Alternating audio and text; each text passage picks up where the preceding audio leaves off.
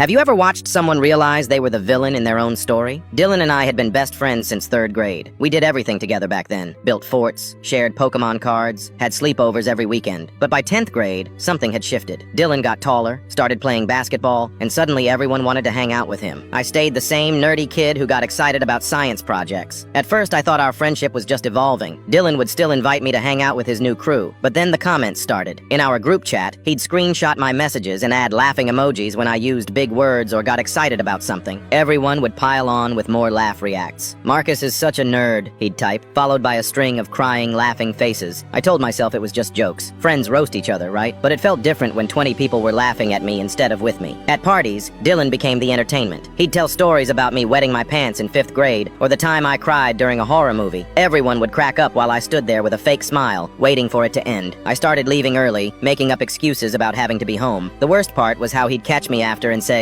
"You know I'm just messing around, right? We're boys." And I'd nod because what else could I do? Losing Dylan meant losing everyone. But the group chat got worse. Dylan started recording my voice during calls and playing it back in a squeaky tone, mocking how I pronounced certain words. Kids at school began imitating it. I stopped talking in class. When I wore new clothes, Dylan would take photos and post them with captions like, "Fashion icon right here," with sarcasm dripping from every word. I went back to wearing the same 3 hoodies every day. One Monday, I just couldn't